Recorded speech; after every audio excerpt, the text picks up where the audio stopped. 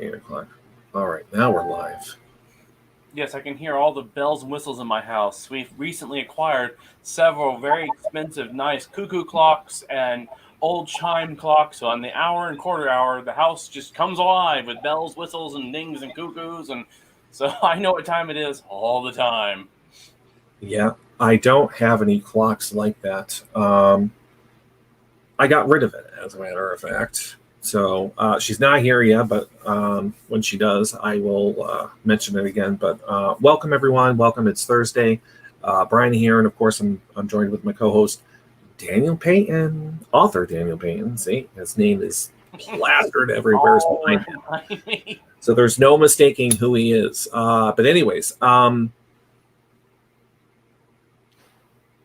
what the heck was I talking about? Our author guest is going to be coming Clocks. at Yes. about quarter after, and she's going to be talking about young adult paranormal, which is perfect for the month of October, where paranormal is the in thing.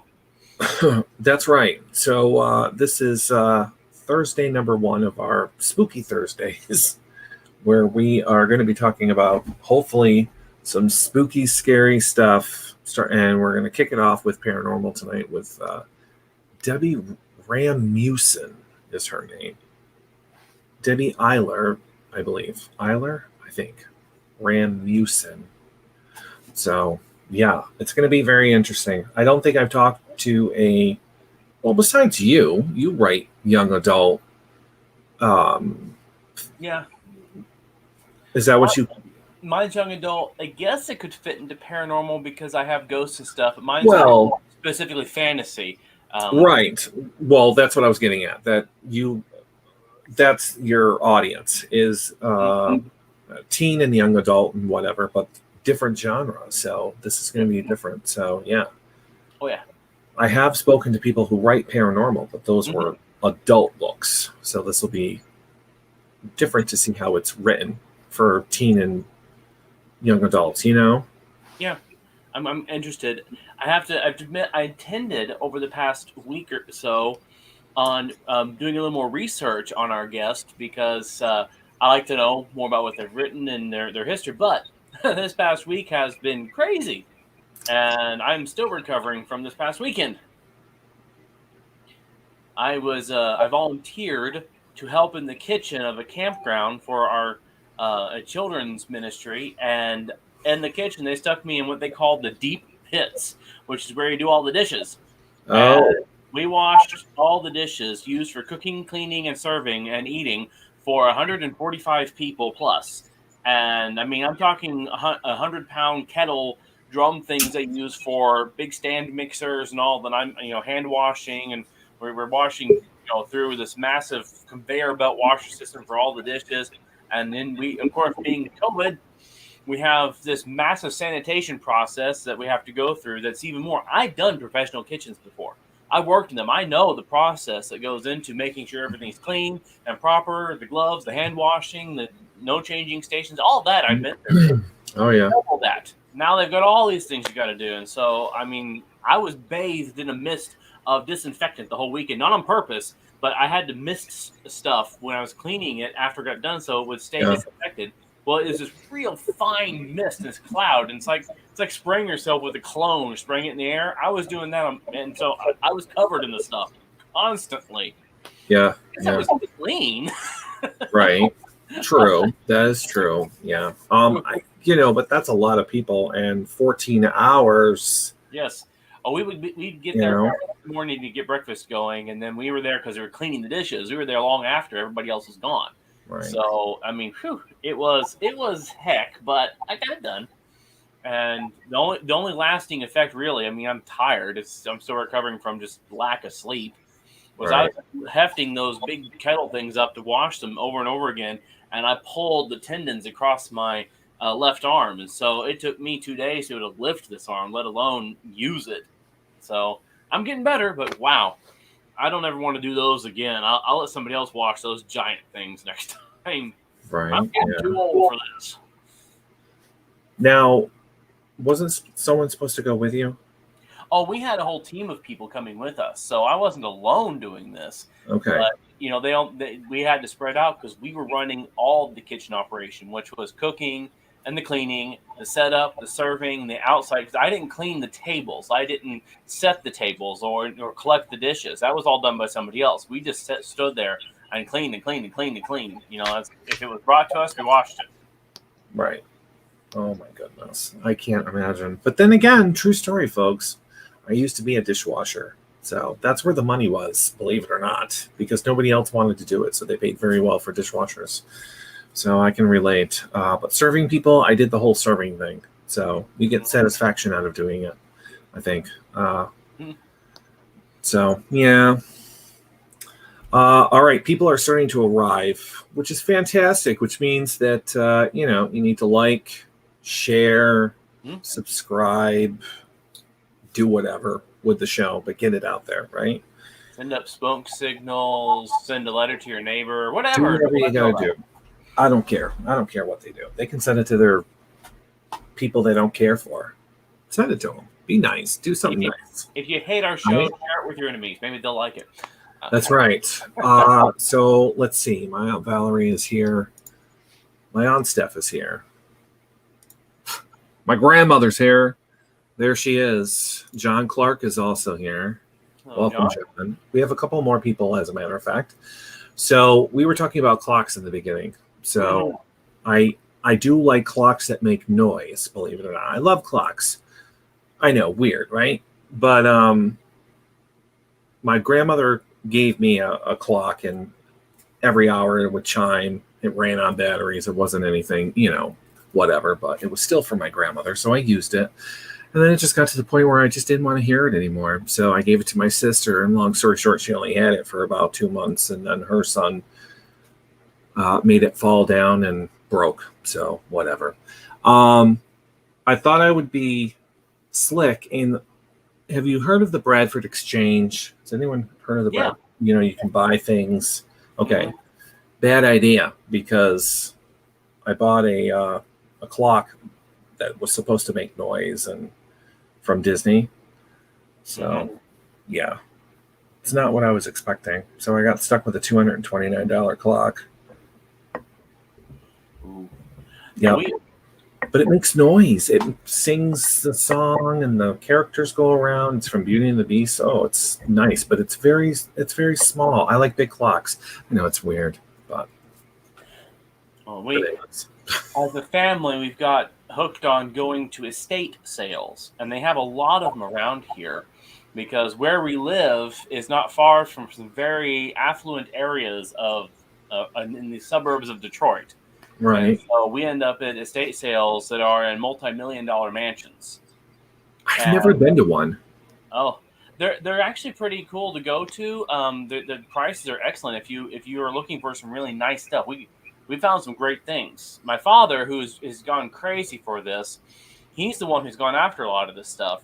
Right. He found the clocks were a big thing for him. Mm-hmm. He likes. He always wanted a true winding, key wind or a weight wind clocks that chime on the hour, quarter hour, all kinds of stuff. He found one that I can't at this moment tell you the brand of it, but it's a really nice mantle clock that winds, has 3 different chimes you can choose from, and it's beautiful. It has a very classy sound to it. I'm not crazy about it because it chimes every quarter hour, so that thing's going off all the time. Yeah, that'd be too much for me. So every hour is fine, but I like the ones that, at 11 o'clock or 12, it stops. It doesn't chime through the night, because I wouldn't want to listen to that. I don't know about Debbie. I don't know if she would want to listen to that. This one does. One of the cool things, though, about it was that this clock is a very, very, very nice clock. My dad found it, and there's a estate sale. The last day, they always discount every day. They go lower and lower in price because they want to move the stuff. And this one he got for like $200 for the clock itself. The people there who are running the estate sale said, "Well, we looked this up. It looks like it's around a $700 clock, so you're getting a good deal." And so Dad brings it home.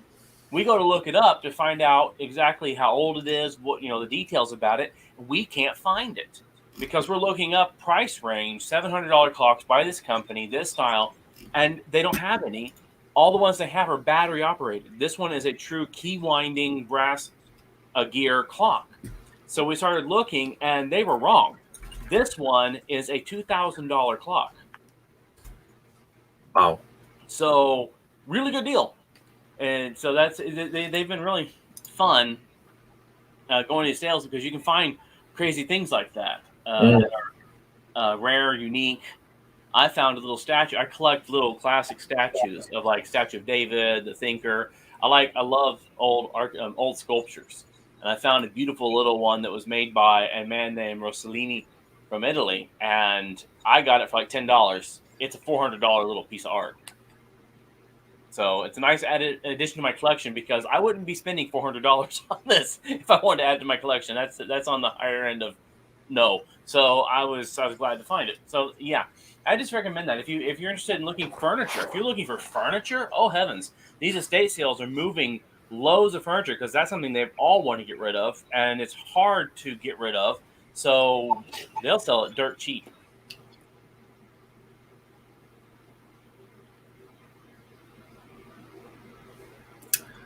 Well, I'm going to have to keep a lookout because I would probably want to go to one. I had one like 3 doors down from me.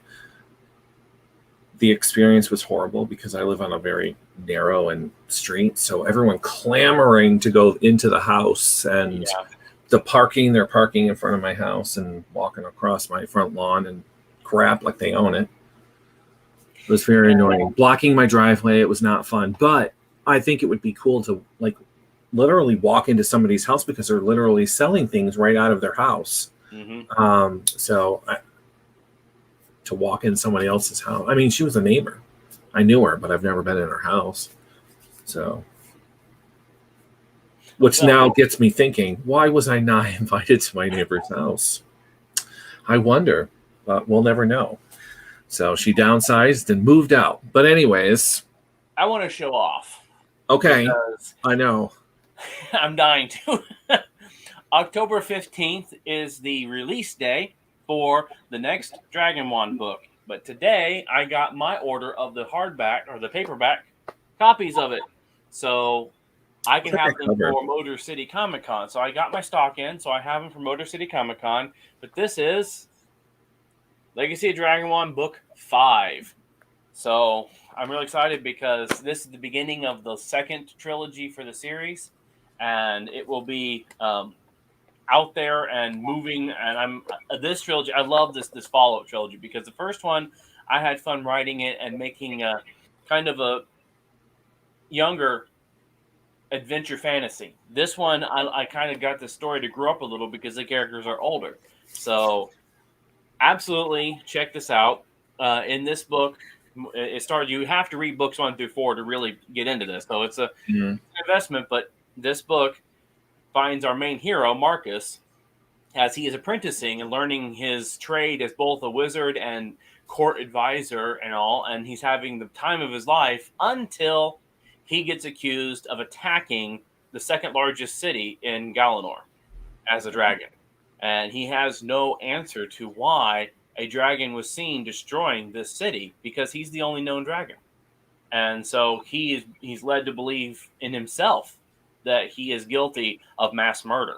So that's the beginning, or that is the crux of book 5, which will lead into book 6 and 7. So October 15th, the ebook will be out and the print book will be available. But if you are in or around the Detroit area, on the 15th to the 17th is Motor City Comic Con, and I am going to be there at a booth in the Motor City Comic Con selling and signing books. I'll have all of my books available. But if you do not have this one yet and you want to get your copy, that literally first day of the Comic Con will be the release day. So you will be the first one to get them. Nice. So just a little.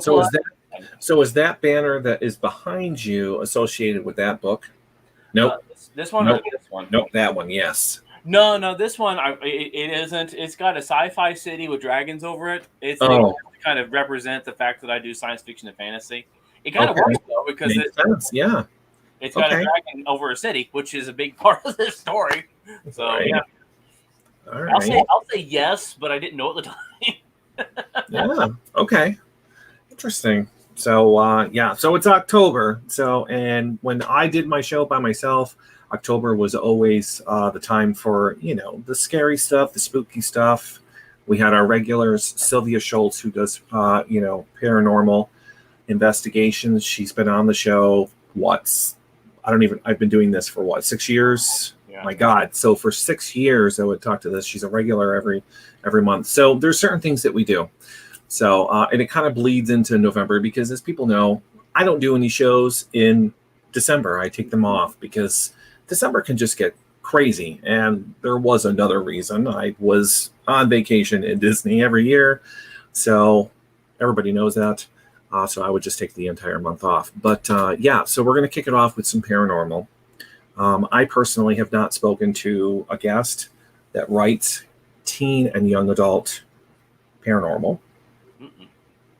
They've all been, adult books. And so it's going to be interesting. So, and she happens to know somebody else that was on the show, Mm-hmm.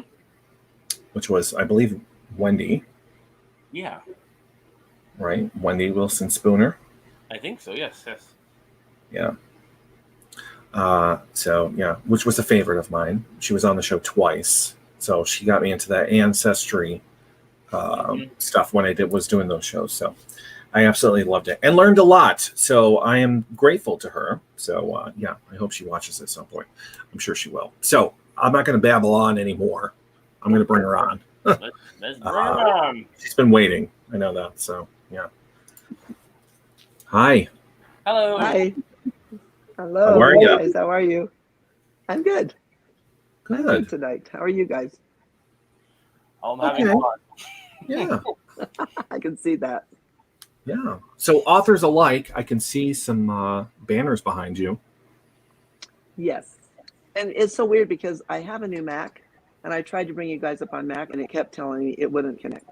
I thought I had Chrome on there, but it's on my phone, so you can't see me as well. But this is where I always do my live reads from, so I thought it would just be in front of my banners. I enjoy having them. They're a great backdrop for this because I'll have to take them all down and set them up at the Comic-Con and then come back here and set them all back here. But hey, it's easier than green screening. No, totally. I actually had these banners made for when it's actually FanX in Salt Lake, but it's Comic-Con. I had them made for 2019. That's what they were made for originally when I launched the books up there. So yeah, I have to have another one made for my next series. So it's in the process right now. I have some friends who do FanX over here. Steve Argyle and Kat, his wife. Oh, they're always there. So because they're there over in Utah. Yeah, that was my first year, and I didn't go back this year because I'm doing a big book launch party on the 6th of November. Mm-hmm. And so my books weren't ready for FanX this time. It was kind of weird. 2020 was weird. And so I didn't get everything out that I wanted to do. And I mean, obviously. But anyway, so I'm going next year. I had a booth reserved and I decided to do my launch party instead. So yeah. Yeah, I 2020 was crazy. You're right. I had almost no releases, even sitting at home. And yet this year I've had 5 major releases this year, and I've got more coming. So Awesome. it's like they all fell in place now. So I'm glad for that. But last year was just like sitting down and going, okay, I got nothing. I know. I had 6 book signings for Arizona and California, and every one of them were canceled with Barnes & Noble. That was so frustrating. So, but they're getting back up again, so that's a good thing. I'm slowly getting there too. It's an arduous process, but it's worth it. It's definitely worth it. It is. It's definitely worth it. It just takes time, like everything else. So, why don't we go ahead and start with just why don't you introduce yourself to everybody who's listening, and where you started and what you write. Okay, thank you. So I got my Debbie Eiler Rasmussen. That's my maiden name in the middle there, and I did that because there's so many Debbie Rasmussens around. And if you pull up Debbie Eiler Rasmussen, there's no other one. So that's why I use my middle name on my books. But I actually started writing when I was 12. And I just wrote a story and I just kept writing. I didn't do anything with it, but I did. 5 of my friends actually turned the book report on it to my English teacher in the 9th grade, which I had no clue. And she called me in and talked to me about it. She said, if I don't see something in writing before I die, I'm going to be very disappointed. Published. So I kept writing, but then I got married, had children, and wrote and wrote and wrote. And I had like 18 novels in place. And then when I came from California to Salt Lake to help with my mom, I had time at night. So that was in 2014 that I published Mystic Angel, the original one. Supposed to be one book. It ended up being a trilogy. And it's done really well. I didn't know, I was kind of nervous about putting it out. You know, when your first book is really scary.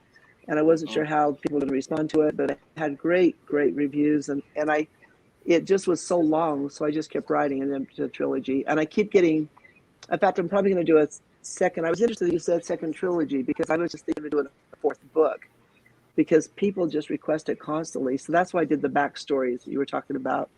I did 2 backstories on 3 characters, and I have 5 backstories I'm going to do, but then I think I'm going to launch it into another book after I get this other series launched this year. I think I left it open to continue it. I didn't plan on it, and then right at the very end, just before I finished the manuscript, I just decided to put this one sentence at the end that gave me the opportunity to continue if I wanted to.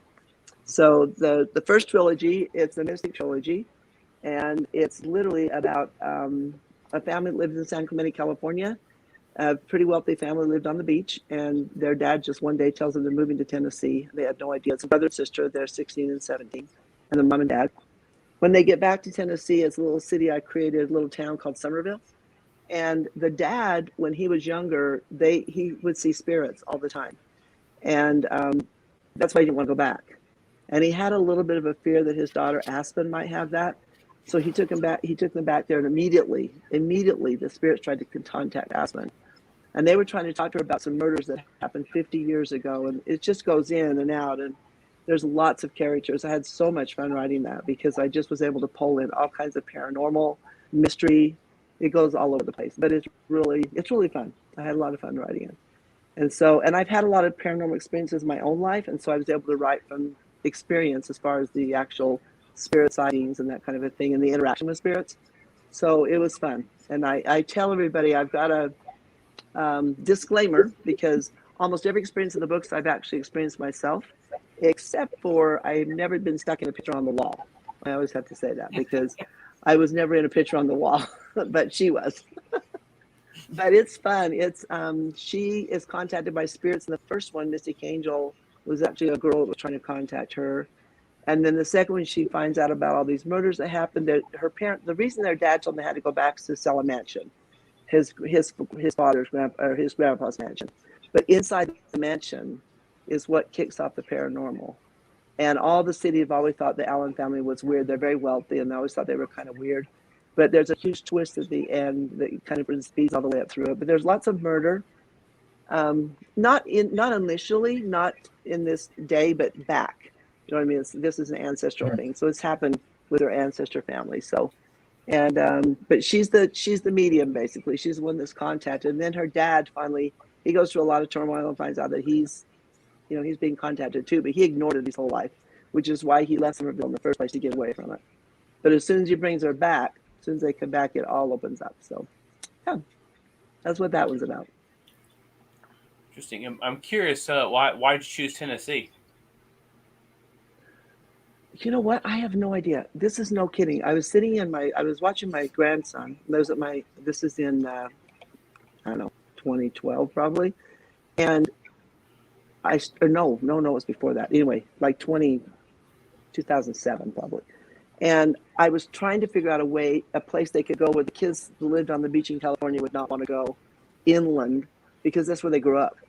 And that's where all my kids are down there. And so, but I had been to Tennessee because my oldest daughter got married. She had a reception there because her husband was from there. And it was just beautiful. I just loved it. The trees, and it was so different than California and Utah. So I just created this little city, and I had been to Tennessee, and I'd been on vacation there 2 or 3 times. So I studied it. I did a lot of research on it. So I made sure everything made sense except for the little place I created. And I don't know, it's been fun. I just had to do more research about universities, Memphis, the hospitals there, because I used a lot of that stuff in it. So I used all that, the things that's actually there. But Somerville I created, and Mystic Lake was the Mystic Lake's like an exclusive community. But that's why I wanted to get them far away from the beach, so they couldn't just drive back. That was my whole thinking. And Tennessee is a place I really liked. I've been in a lot of places in the United States, but for some reason that appealed to me. So that's why. I was wondering because that's where I lived for 18 years was Tennessee. But I think you're Oh, you talking did? Memphis area. Uh-huh. Because I lived in East Tennessee over by Knoxville, so I'm way the other side of the state. But you mentioned that. I was Well, they kind actually of, go to Knoxville at one point. It's okay. just, I don't know. It's just, it's been fun. It was a fun place to choose. And because I'd been there and I was familiar with it, I studied the plants and the trees and all that. So I understood what, they were dealing with. But I just created a city 30 miles outside of Memphis called Somerville. And then I created the Mystic Lake community there. There's only 6 homes around Mystic Lake. They're all big mansions, and they're wealthy, but the rest of the people in the book are not. It just happens that was that family that he left, the Allen family. And it's been fun because I used my mother's maiden name, and so a lot of the different names and the characters, all the kids' names are my grandkids' names, but they're not my grandkids' characters at all. It's just been fun to use their names in the book. So Yeah, it's very interesting. One of my very first books I self-published. It's now off the market because I'm working on basically redoing it. Is set in New England, and it's in a fictional town that I created. So I understand the desire to create your own town actually is kind of fun for an author because you're not held within the constraints of, well, I can't say this street because it's not really there. Well, you can, your town can be whatever you want it to be, and you're right. Tennessee's a long walk to the beach. yeah, and that was my whole intention, because the kids, imagine, I didn't grow up on the beach, but my grandkids did, and the last thing they want to do is move inland. They just don't want to do that. And so it was really traumatic for those kids to be just picked up in 6 weeks. Their dad said we're moving, and they were gone. And so it was a huge change for them. Plus, just the culture shock was different for them, because the accent, for one thing. Gavin had long hair. it was just such a different culture. So it was really fun creating how they integrated with these kids, and everybody thought Aspen was a witch because they had that in their history. Mm-hmm. And so that played into it. But the fact that she was had paranormal visitations was really hard for everybody. Her mom didn't understand it. Her brother didn't understand it until he actually experienced seeing it himself with her. And then he understood it. But there's lots of mystery in that book, and all 3 of the books. They really are. There's lots of twists and turns. So I had fun with that. And it's so fun. And I know you know this. When you start writing, it just goes. I woke up in the middle. This happened 3 times. I woke up in the middle of the night in the first book, and I just went to get a drink of water. And I said back, I'm like, who is Patrice? This name just came to my mind. I had no idea. And she ended up being a huge character in my books. The next morning I wrote about her. She was huge, so important. So it's interesting how that happens, how all of a sudden it makes sense. And another character, Max, another character, Toby, all of them came to me in the night. I know this sounds weird, but they did. I know a lot of authors who they've got a whole bunch of scribbled notes that come from brief waking in the middle of the night, and they go, I had an idea. Half the time it's great, Yep. half the time it makes no sense. No sense. It was In brilliant fact, when I then. started this book, go ahead, sorry. That's all right. No, I was just going to say that this actual story, I dreamed just a brief section of it when my kids were little. So in 1980 somewhere, 70s maybe. And I just jotted it down on you guys don't know what this is probably, but it was the 11 by 17 blank type paper. I just jotted on that and stuck it in a folder, and I didn't pull it out again until 2009. And when I started to look through something to write, that's the one that came to the surface for me. So that's when I ended up writing. But Yeah, I'm participating in NaNoWriMo next month, and you are? I do it every year, and I haven't done it yet. I keep hearing I was going to do it, but I haven't done it yet. Do you really like it? I enjoy it because if it forces a habit, it forces teaching you to sit down and write, and a little bit of accountability. Plus, it gives me an excuse to set stuff aside because it's so easy when you're writing to go, well, I'll not today, I'll do it tomorrow. But when you have a word limit, a word goal for a certain date, you can't sit there and go, well, I'll just write tomorrow. Like, oh no, I got to write today, or I'm not going to meet my goal. So it's a really good training. Plus, it gives me also leeway because I work of course, I got my published work, but I also work as an online author for a game, and I write their story, their content, all that. And so it's hard for me sometimes to take time away from that to go, I'm just going to write something completely for me, a new book, a new story, a new something. And this is like, I can look at my boss and go, okay, I'm working on this, but I have NaNoWriMo for an hour, so don't talk to me. And he's like, okay. So it's a good excuse. That's but actually awesome. Have you ever done PitMad? Oh, yes. In fact, my book, Oh my gosh, was actually picked up by PitMad. Is that right? I didn't submit anything because they were all published. I did it to learn how to write short little excerpts. You know, what are they called? I can't think what they're called all of a sudden. Pitches. Pitch, yeah. I wanted to learn how to do that. Man, that was a challenge. That really was a challenge. That's a headache. Those little bitty pitches are so hard to write. It's hard enough to write this much of the back of a book. I know. Okay? You squeeze that into it's painful. But yeah, I actually know most people who are doing PitMad on Twitter are often unpublished because that's what they're trying to do is get published. Right. And for those who are listening, and for Brian who's probably going, what the heck is he talking about? PitMad is an event that happens periodically throughout the year where you have a hashtag. I think it's twice a year. Yeah.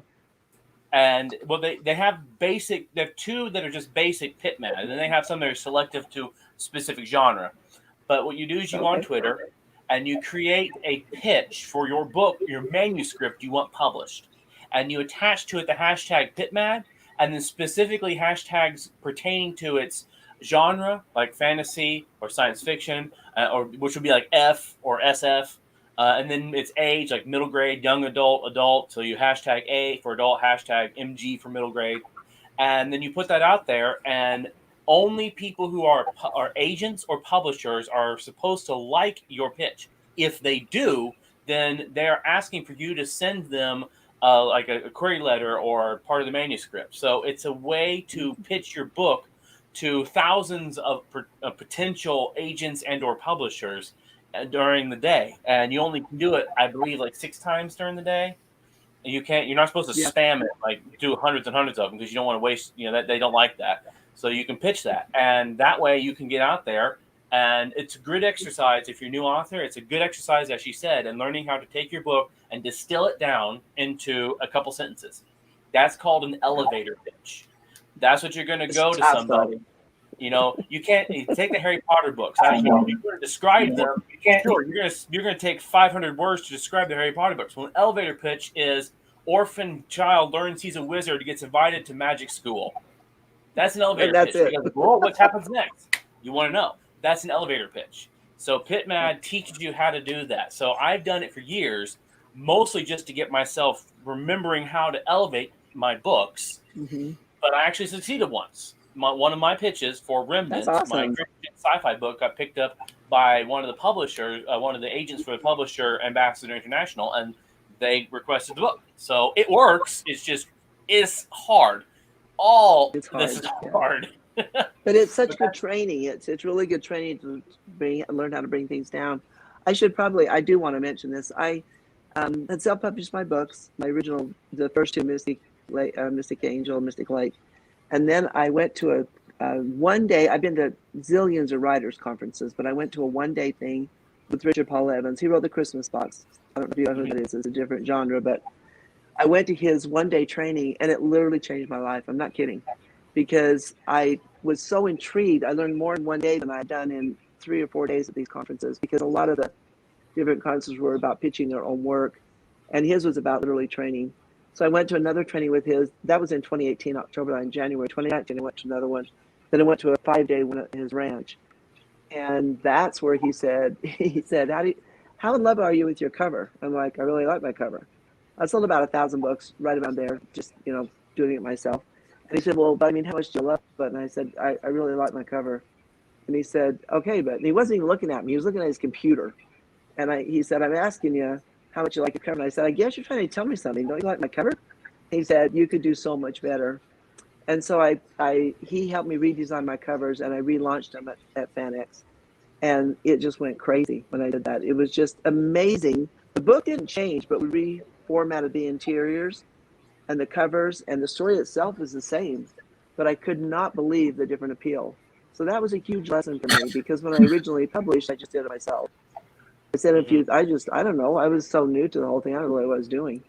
So it was a really good thing for me. That's what I'm saying. It changed everything, and I've had lots of opportunities with him, with just different things with the program. But yeah, it's been. I run an author ready group for him right now, which is amazing. So I meet all these different people, and everybody's learning. Some are published, most aren't. They're just learning how to do it. But I find I've got I taught dance for 44 years, and so I have a book that I've written that's actually a technical book, a skills book for can't think of what I'm trying to say, 18 months to 5 years. It's a program I wrote. And so I'd like to get that out there. So I do lots of different things. I have 2 children's books in the process of getting published right now. One's a Halloween that's not going to make it. Halloween. I didn't get on the illustrations good enough. Wendy's actually illustrating for me. She's an amazing illustrator. And so she's doing the illustrations for me. And actually, I actually met Wendy at the conference in 2019 at Richard Paul Evans Ranch. That's where I met Wendy. And we've worked together ever since. We've been on author calls every Monday morning. It's ever since, because she writes a little bit different genre than I do, but we have such the same expectations, I guess. And I started getting into her genealogy stuff too, but I just got kind of lost. So I've got to have more training on that. I've done it a lot in my past, but her DNA stuff, I'm like, okay, really? But it was fun. I mean, it's been fun. But I've done a lot of on my own too. But anyway, I want to bring that up because I wanted not to pitch Rich Paul Evans. He doesn't care, but just to the fact that was such a huge step for me to just kind of refocus. I didn't realize my covers weren't cool. I thought they were cool, but obviously they weren't. I mean, they were okay, but it made a huge difference to redo the covers. It really is true that covers matter. It really is. Yeah, that's actually one of my biggest points I try to get across to new authors and self-published authors is the cover is vitally important. People, the statement, don't judge a book by its cover, applies to everything in life except books. People judge books by the cover, and you really should. And because if an author or publisher shows little interest in making a good cover, what are they going to do about the interior? Yeah. You don't judge the story off the cover. The cover may illustrate it differently. But if I've seen publishers that are new or small houses and they're like, we're great, we're wonderful, we'll publish your book, we're looking for new authors, we're so into it. I look at the covers and oh my God, they're horrible. I'm like, if you're going to put no effort into that, what are you going to do about the editing? What are you going to do about the formatting? What are you going to do about sales? If you don't put your effort in the cover is your marketing tool. If they have no interest in making that a good marketing tool, they're not a good publisher.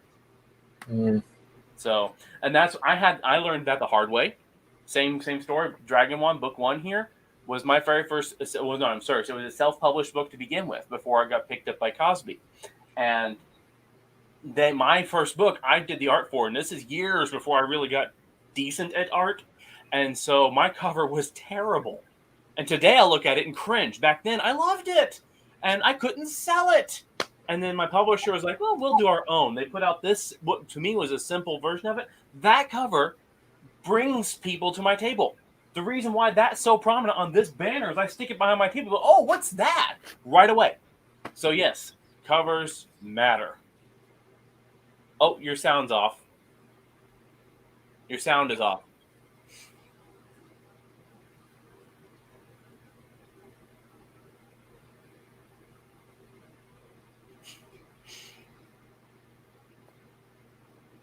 Brian, did you mute her?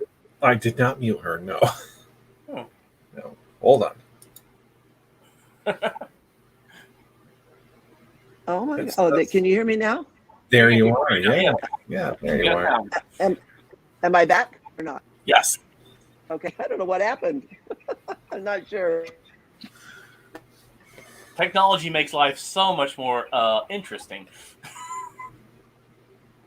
But I had these banners behind me, and my booth was just like crazy. And I know it was the banners that drew them, because they were just the big. There were 3 of them right behind me, and I got 2 tables because of that. I wanted to get it anyway, and I had a lot of traffic at my booth, and I know that's what it was, because it just pulled them in. And there were a lot of authors around me with nothing. I'd never done it before. So I didn't know. I just did what I thought I should do.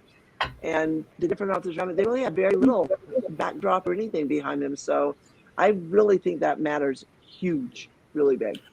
Oh, I will. When I go to conventions, I've been doing conventions now for about 6 years, and when I go to conventions and I see amateur authors, self-published authors, even professional authors, and I see some of the key mistakes they're making, I will go to them and I will tell them, I will lecture them. If you want people to be interested, stop doing this, stop doing this, stop doing this, do that, do that, do that. And I'm not saying, oh, because I think, I'm saying because I know, I've been there. And the two things I see that just drives me nuts. First is what you're saying: no booth decoration.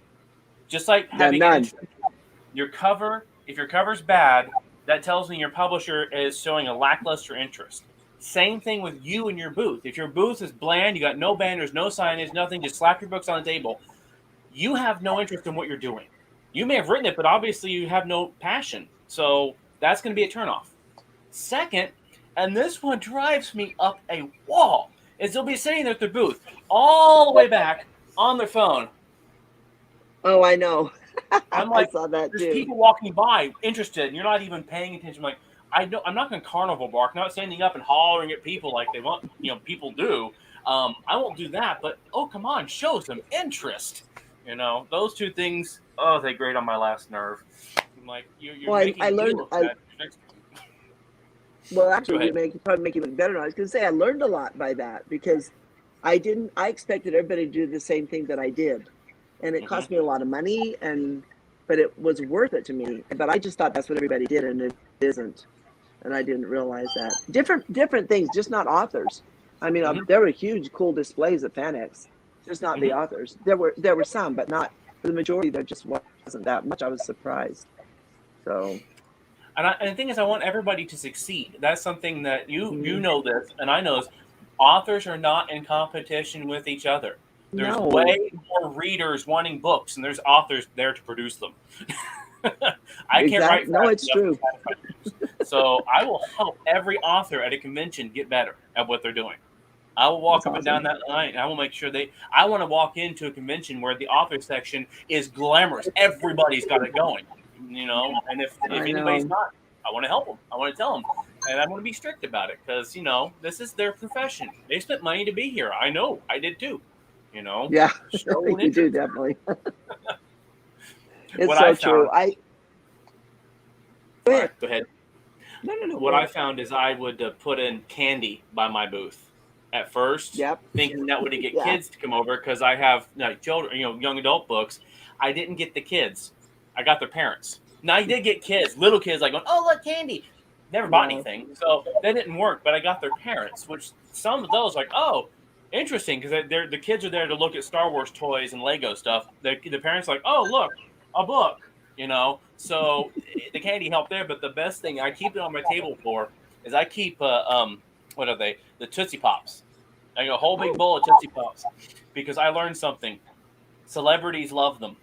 I'll be sitting there and I'll have every big name celebrity will come to my booth and return my booth throughout the day going, you got any more Tootsie Pops? Oh my gosh.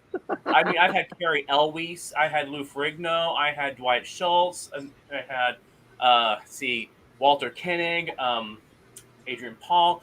Coming over to my booth to get suckers. Well, that's good to know. I didn't have suckers. I can't remember what I had. I don't remember what I had. I went to. Have you ever heard of FearCon? Do you guys have FearCon where you are? FearCon? No.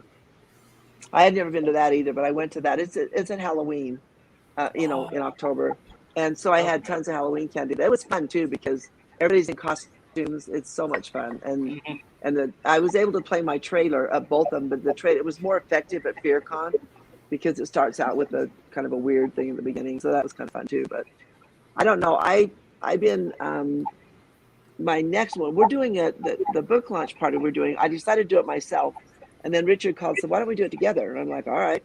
And so then we asked Wendy. So Wendy's going to be there. We're just doing 6 local authors, and it's my new book, which is I sent you the cover, I think, but it's Nesimar Family Legend of the Crow, and that's kind of a fun one. It's paranormal mystery and superhuman powers, because in 2014 I wrote a little story for each of my grandkids. I have 17 grandkids, and I wrote a story for each one of them.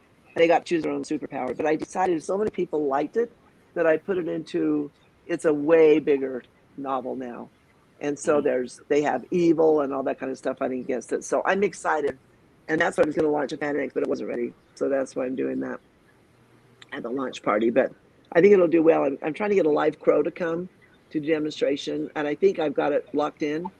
And I might have a couple of grandkids dress up as superpowers. I don't know. I haven't decided, but it's just fun. I just love this stuff because it's as part of me. It's probably because I taught dance my whole life. The stage is really huge to me, and this is kind of what this is. It's just presenting yourself, the same thing. Mm-hmm. Yeah, I have a background in dance myself. I'm proficient in tap, jazz, and ballet, and Okinawan I'm so dance. impressed. Seriously, that's so cool. Kids don't do tap anymore. I did Broadway tap for Awesome. years, and I was on stage. I did performances. I did everything from Jesus Christ Superstar to Flapper. So I'm a stage person. I love talking to people. I love presenting. I am not afraid to get up on stage and talk.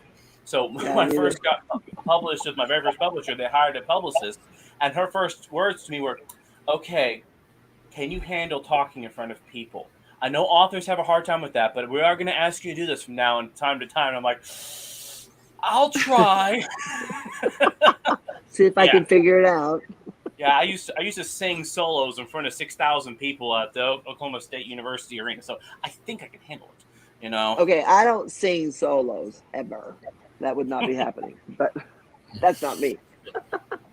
What kind of dance did you I taught tap, ballet, jazz, hip hop, lyrical. I coached gymnastics for 8 years. I started dancing when I was 2, but I started teaching when I was 17.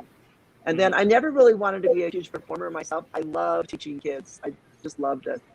But my daughter's danced professionally. My daughter still dances hip hop professional. She works with Twitch, and I can't think of the guys' names that she works with in LA. So she still does that, and she works up and down the coast. COVID kind of smacked her, but it's coming back.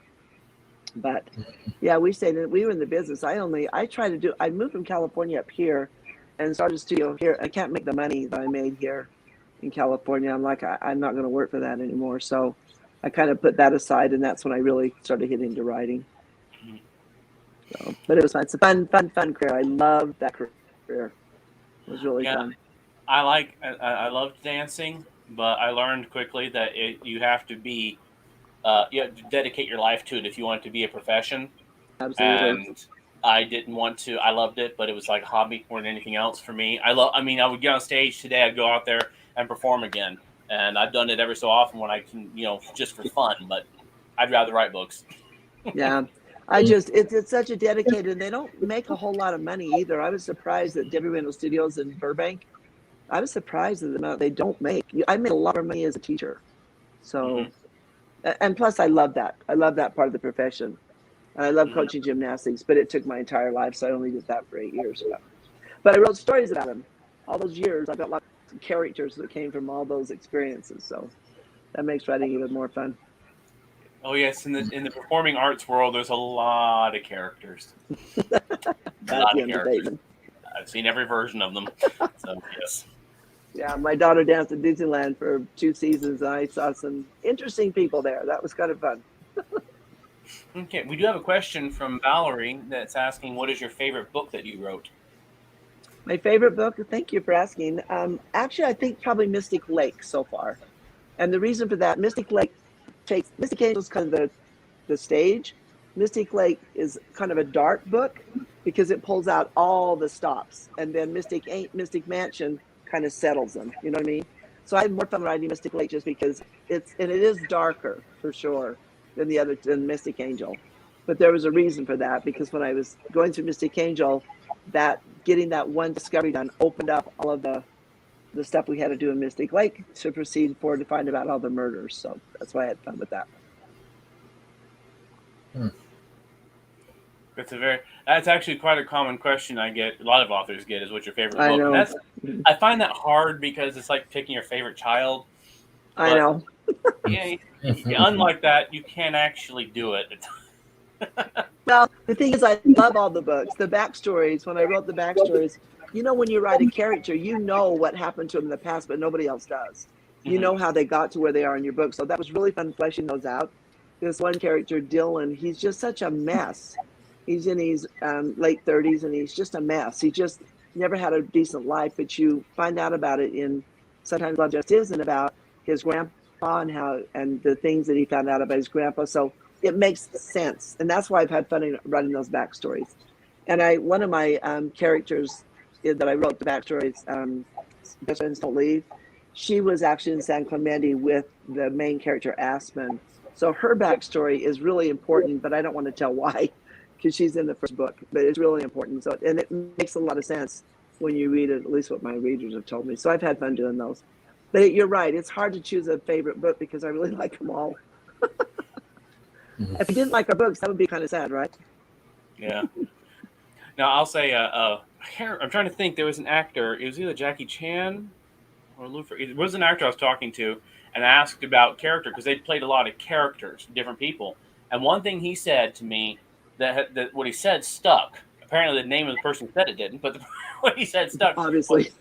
was every character should have a secret or part of their backstory that only the author knows and will ever know, but just minorly helps drive what they do. So it gives them that depth that everybody has. We all have driving Mm-hmm. memories, passions, whatever in our life that we don't tell people about. Right. And so you bring that into your character, it makes them feel more real because you will sometimes you don't need to have something so obvious that your reader's going, why would they even do that? But at times, instead of doing this, he does that, and it makes sense in the context of, well, that's just the choices he would make. Why he makes that choice? Well, the author knows, but the reader doesn't need to know. Doesn't know. Right. Exactly. So You know what else that is that something's fun too? mm-hmm. I'm sorry. No, I was No, going go to say, ahead. when I started to write, I wrote the first probably 25 chapters and I didn't like it. I came home and I was writing in third person. And I thought, I want these characters to all have a voice. I don't want to be locked into a point of view. And so I rewrote the whole thing so that you're in it. I mean, when you're changing character, but you're in everybody's head. And that's probably one of my biggest compliments I've got about these books, is that it's fun to know what's going on in everybody, different places in their lives. And according to all the writers' conventions I went to, that's not okay, but Mm-hmm. it's worked. And I love it. I love writing that way because I don't want it just from one person's point of view. There are books that I've done like that, but I prefer in this particular way of writing. And I actually had to go back and look at a few things that I'd read myself that I enjoyed reading. And that's when I found that author and those books. I thought, that's why, because I understood what was going on in different people's lives that are a huge part of the story. So that's how I wrote those. And I don't know, I did have one person when I submitted it. They got really high reviews. When I did the first chapter stuff you sent in, I got really high Mm-hmm. reviews. But I did get one editor that said, I don't think you should write that one. I was like, well, but I did anyway. So it worked for me. There is something in the writing world that I have absolutely hated the entire time I've been a part of it, and that is the hard and fast rules that nobody wrote down. I know, right? Who creates those? And the thing is that there's some logic behind every one of them, but at the same time, what I call them is the comma rules, because there are so many people who will argue whether or not a comma needs to go here or here. Both of them are technically correct within the grammar of our language, but there are going to be people bitterly saying it has to be this way or it has to be that way, and you're stuck in the middle because you're writing a sentence, and this editor is going, if you write it that way, it's completely wrong, and this person over here who's just as professional is going, oh no, that's perfectly right. And you're like, It's true. what? And It's true. so one of the areas that I have mentioned is prologues. New authors have a problem with prologues, and I've seen it. It's bad, and it should be avoided. But that's led people to believe that prologues are poison all around. No matter Right. what, if I it's know. a prologue, it will destroy your book. That's Just put it in the wrong. first chapter. That's what they always say. Put it in the first chapter. You hear that all the time. And that makes sense. But the problem with the prologue that they don't say is that a lot of new authors will go, I'm built this beautiful big world for my story, but I want the reader to already know the entire world before we get into it. So here is a 3,000 word prologue that describes every land, every character, every person, every race, every language, every I know. nuance, and then we get into the story. That's not a good No. idea. It's never going to work. But but that doesn't mean all prologues are wrong. Tolkien used a prologue in everything he wrote and did it beautifully. So did Lewis. So did Asimov. So did so many authors that are big. And if you want to tell me they're wrong, I'm going to tell you that you need to go find a different profession. Okay, but you have to know how to write it. They didn't write the entire world in their prologue. They gave Right. you a prologue, which is basically an introduction into where you're running into, not To the where you're entire going, thing exactly. lumped on your lap. Mhm. So You know, there is I logic. had an editor one time. She kept trying to change this book character's voice, Mhm. and I said, "No, that's how he talks." Because she said, "This is improv. He's not saying this right." I'm like, and I finally just said, "Okay, do not touch any of his speaking because that's how he speaks. These are teenagers, and Mhm. that's how they talk. And this one particular kid, that's just how he talked." And she kept trying to correct it. And then there was a picture, and I know it's sepia. I know what that is. But I said that the girl said it's kind of brown, not black and white, but kind of brown. And she said, "That's sepia. You need to say that." And I said, "No, because this girl doesn't know what it is." She was trying to describe it. But I find that all the time with certain editors are like, "You need to fix this." One girl told me, "You cannot do a trial for murder in 30 days. I said, "Okay." So I called my really good friend attorney. He's a huge attorney in Utah. And I said, "Hey, I'm trying to bring a murder in about 30 to 45 days, a trial. Is that possible?" He goes, "Well, where is it?" He said, "What's the population of the town?" I said, "I don't know, about 6,000. He said, "Absolutely." So Mhm. I researched, but she told me that's impossible. I'm like, "No." I researched it to make sure. I thought I was right, but she kind of made me uncomfortable until I called and was validated by that. So I think so many times, and then also in all of these different people that are teaching these seminars, and they're good. I mean, they're published authors. You feel like I need to listen to them, but you have to follow your own gut too. And that's one thing that I tell people that ask me questions about all the time. It's your book. If it's Mhm. not selling, obviously you're doing something wrong. But if it's selling, it's your book, and it's okay to do it your way. I really believe that. So I don't know. Brandon Sanderson has a point that he makes that he's taught several different times that I have listened, and it's brilliant. And that's the third rule, that you will get advice, teaching, lectures, and information from authors, agents, publishers, and readers about your work and about writing in general. You only really need to obey about a third of that, Mm-hmm. because one third of it will be factual. Really, this is how things are done, and they're right. Okay. Right. Another third of it is going to be a opinion on that particular topic that can be one or the other. So that the second third is one you need to research, like you did. They say, "I think it's this way." You go research it. The way you did it is correct. It works in your story. Their opinion about that is no longer valid. That's that third. The last third is the worst and the one you should really ignore, and that's just personal prejudice and or opinion. I I know. don't like I don't like this genre, so I'm going to say don't have so much blood, guts, and gore. It's a slash horror. Of course, it's going to have that in it. Well, I don't like this, so don't have it in there. That's just opinion. That one literally just toss in the trash. Don't even research. Don't accept it. Throw it away.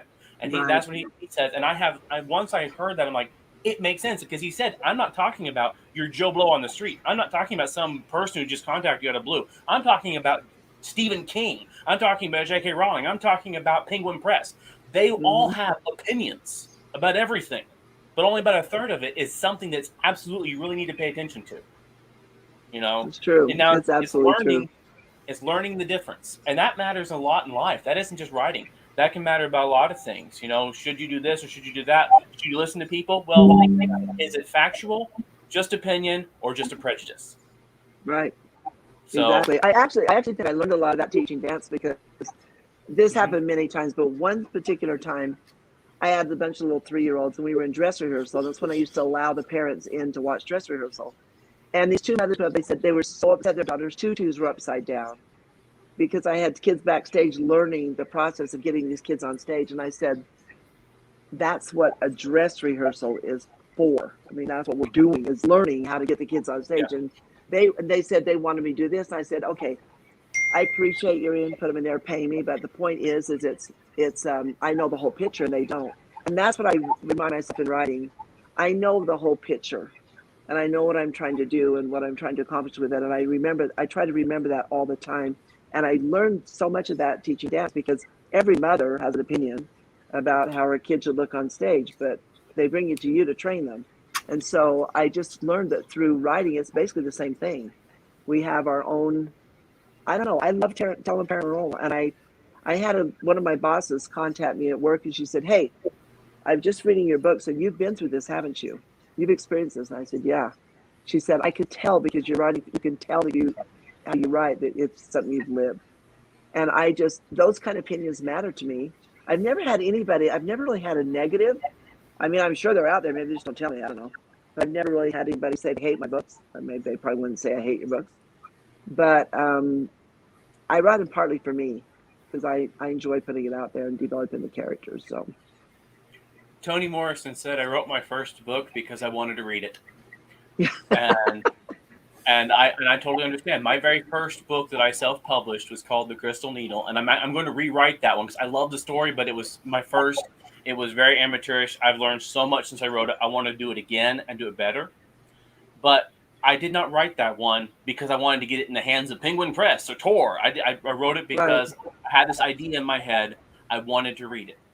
And so I wrote that. And the thing is I abandoned all this doubt, worry, concern of all this stuff I'd heard and all this stuff I'd read and all this thing that come about writing. And I'm like, I can't do it because I got so much. I can't accomplish this. And I was like, you know what? I'm going to take this, throw it out the window, and write it just so I can read it. And when I got done, it was good. And people asked me to publish it. People were begging me to publish it.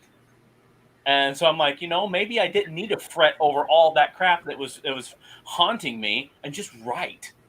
And that's the biggest thing. Exactly. I tell people, just write. If you got a mess when you're done, that's what editing's for. I was going to say, and get it down on paper.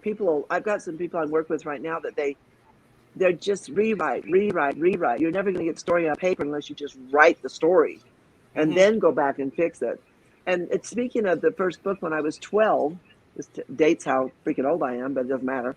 When I was 12, I wrote a story about the main character, Debbie, imagine that, getting to go back to the White House. I was so intrigued when President Kennedy was killed. I just remember it was on, TV nonstop, and it was really an emotional time for me. So I wrote this story about it, and it's just kind of a dumb story. I mean, I was 12 when I wrote it, but it was therapeutic to me too. But I wanted to read that story. I loved it, but I didn't think anybody else would see it. I let my friends read it. It's still scratched just on a piece of paper. But I didn't expect any, and I haven't done anything with it, obviously, but I expect my English teacher to read it. But that was where I got my encouragement when she read it, to tell me that I should write. And that was huge to me, because my parents really never paid much attention or looked at the stuff I wrote. They just really didn't. So you need encouragement somewhere along the line. And if you get that, especially at a young age, it's really helpful to push you on. But anybody that wants to write, just do it. Just write it down. It's huge. Yeah, it's ironic here because you talk about that, and I've told the story on here before, but the person who really convinced me to continue writing and become an author was my 9th grade English teacher, who I wrote a full novel, 60,000 word fan fiction for Star Trek, but 60,000 word book, and turned it in as a free writing piece. She ended up losing it during the Christmas break while she was grading it. And I lost it because a few months later, her mother had picked it up. I lived right by Oklahoma State University. Her mother was the head of the creative writing class there, and also an English department. She was a professor in the English department, but she thought my book was one of her creative writing class students' works. And she graded it as such. And then she sent the book back to me with a letter that said, if you don't want to become an author, that's a big mistake, because what you gave me was better than any of my students have given me this year. And that just blew me away. And so yes, but in 9th grade. So when you said that, I'm like, really? I know. Well, and when she called, I was actually walking down the hall at lunch and said, "Debbie Eiler, please report to Miss Harlan's room." And I'm like, what did I do? I couldn't even imagine. So I trudged up to her and I said, "Hi." She goes, "I want to tell you that your book report was really good." And I thought, well, that's weird. Call me to the office, or up to her office during lunch, to tell me my book report was good. She said, I gave you a check plus. She gave check minus check plus, how she graded. She goes, "But I have another book that I gave a check plus to, and I'm just wondering where did this come from? And I said, I don't know what you're talking about. And she goes, and she wrote it. And it was my book that my 5 friends had turned in, the one I was telling you about at the beginning, that they did book reports on. And she gave me so much encouragement. I'll never forget that conversation. Because if it wouldn't have been for her, I don't know if I would have kept writing. Because I didn't let anybody read anything I wrote. But it meant so much to me. So it's interesting what an impact that can have on a kid or on your life. It was huge. And like I said, my parents, I mean, I remember my sister told me when I came to Salt Lake, I was staying with her when I was taking care of my mom, and she goes to wake up at night. Mom make us go to bed. We slept in the same room. Then I'd wake up and, oh, Debbie's writing again. And I said, how did you know I was writing? She goes, she got up and wrote. I did. I'd go to bed because Mom made me go to bed. Then I'd get up and write half the night before I went to school, because I don't know how you are, but I love writing during the night when there's nobody around, no interruptions. And I wish I were a vampire. When Twilight came out, I thought, that's me. I want to be a vampire so I don't have to go to bed ever. Because sleeping is such a waste of time. It just frustrates me. But it's my best writing time. So I try and get up at 4 and write till dawn. And it's going to change now. Time's changing. But still, I get quite a bit done because it's dark. I don't know what that is, but I do. Sounds like you do too. It kind of shuts off the world a bit, and especially if you have family that lives with you, all that. I think Margaret Atwood was the one who said the greatest threat to being a productive author is not criticism, it's not writer's block, and it's not having content. It's being interrupted. And she's right. And it's hard to convey. It's even to my family who's known me, and they've been very encouraging my whole life to be a writer. But they've known me since I've been writing my stories since the 5th grade is when I really started. It was 9th grade when I really, gung ho. But it was, I've been writing for my whole life, and yet I can't convince them that when I'm writing, I'm in that world. I am writing. I am those characters. I am doing this. I am eating what they're eating, walking where they're walking, dying when they're dying, and then boom! I need you to come over here for a second. The world's destroyed. I'm like, why? I'm gone. So true. I look up and I'm like, I'm still home. No, it's so true. I just love the nighttime. I love that, right? And I work full time, so I can't do that all the time and make it, keep my brain in gear. But I've done that my whole life. It's just write at night and then get up in the morning and then I'm tired, but it's okay. Yes, you live tired. I know the feeling. Oh yeah. I've written between 10 and 11 o'clock at night as I always have at least 1 hour set aside every night for years. And more than that, usually I have more time than that I'll spend to it. But that hour is literally my time. If anybody interrupts that time, they're going to get hurt. It's my writing time. Well, I think that's where I got into it too, because my kids were little. I have 6 kids, and they were just 10. They were in 10 years, and so I'd put them to bed, and then I could go in and write. And it was I think that's where that habit started, was just when everybody went to bed. My ex-husband, everybody's in bed. Okay, now I can write. And that's probably where it started, because that's the only quiet time I had. My kids were 12 down to 2. And so there just wasn't any time to write during the day ever. But experiences, somebody was asking me, I did a bunch of live reads the last year and a half. And we're talking about where do you get your characters from? And you literally get them from your life experience, right? I mean, all the people you meet, you combine them and put them together, and it's so fun to create all these people. I just love it. I think it's so fun. Well, you're looking at one of the over here, the guy next to me. He's like, what? Now he's 3 different characters in my stories. Are you serious? Me? Yeah. Apparently. Yeah. Did you change his character? Did you change him a little bit, or is it the same? On 2 of them, yes. But the main story he's part of, which is Winter Wizard Chronicles, and he is the main character. I kept his personality intact for that one, and then I put him, and he's also the main character for Earth's Last Starship. That one I made him a little more a combination of him and like a Starfleet captain, so a little different there. And then I threw him into my superhero game I work for. He is an archaeology professor, so very different than who he is, but he's still there. So, yeah, I do. I really, if you know me, you'd better be nice to me, because you will end up in a book. You're going to be written a book. You are. You're either going to be the villain everybody hates, or you're going to be the victim that dies, or you're going to be the hero people like. Your choice, depending on how you act around me. Well, what's funny is somebody asked Richard one day, so can we write about real people? I mean, and he said, what if it hurts their feelings? He goes, well, they should have been nicer to you then. And you think about it, it's really true. You can write whatever you want. I mean, you don't want to hurt people's feelings, but it's a good point. It really is a good point. And I use characters. I use people that they don't know that I'm using them, that bugged me or something during high school or whatever, but they're real people. But I don't put their name to it, obviously. But it's because they're real, and it's so fun to write about real people and just kind of twist it around. So. Yeah, I admit my very first published book, which long story here, but it got picked up by, Publish America, if you know that name at all. I do. Yeah, I was one of the people that helped sue it out of business. So you're welcome. Oh, you were?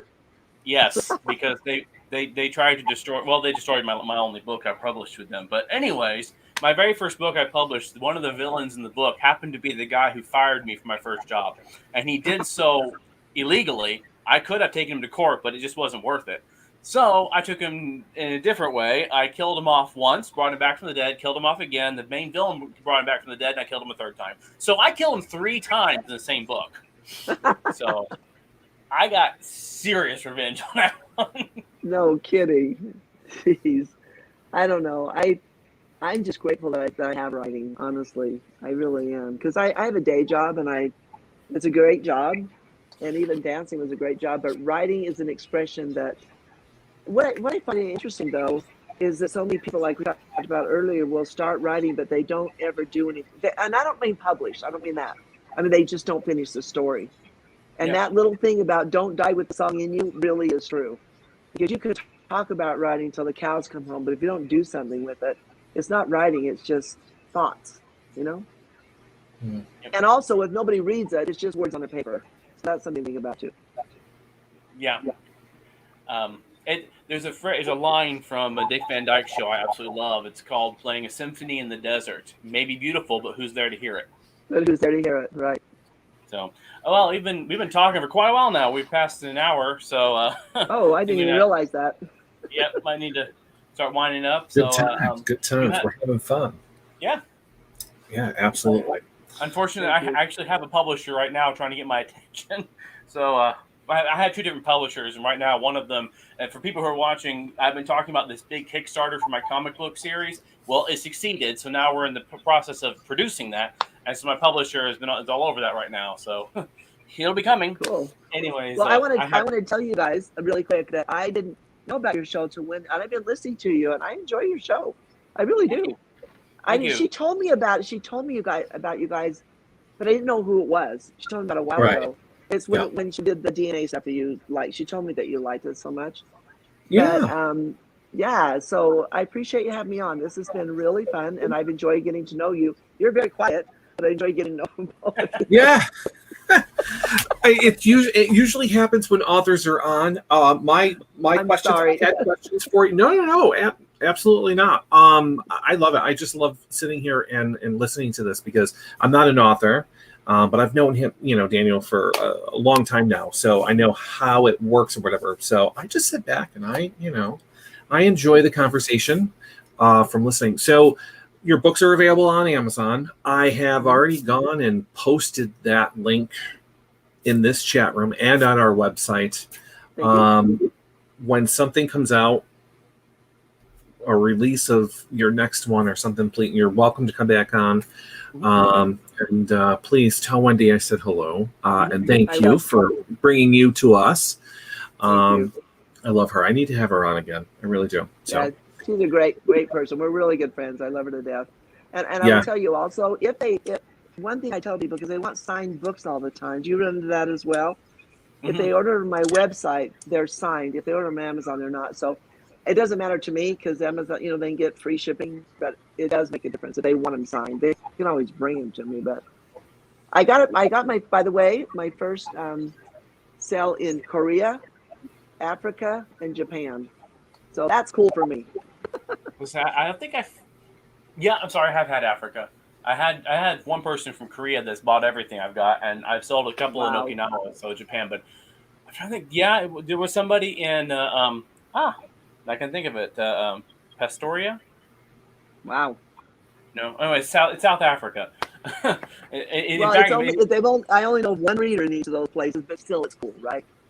Yeah, it is. I love it. I have an avid reader in Australia. I have one in Korea, one in the Philippines, one in England. That every book that comes out, they want copies. And the thing is they all want me to get one, sign it, and mail it to them. And I'm like, And at mail this it to point, them. I know. right now, I'm not rich enough. It's I know, right? mailing that stuff. Woo. The cost of shipping is going up, unfortunately, Horrible. along with everything else, right? Gas too. Yep, exactly. But anyways. Thank you for being here tonight. It's great. Yeah, thank you. You're very Thanks so much helpful. for having me. I loved it. We'll definitely have you back on here again, especially when you have a new release come out. So let us Absolutely. keep praised. And thank you. Anything else, Brian? No, that's it. Just that we'll see everybody next Thursday, obviously. Tune in. I'm pretty sure we'll Thank you, have something. guys. So and thank you, Debbie. Thank you. Good night. So Thank you. good, Happy Halloween. Yeah, same to you. Yes. Same to you. Thank you. Good night, and thank you for being here. Good night. Thank you. See you guys. Bye-bye. Bye.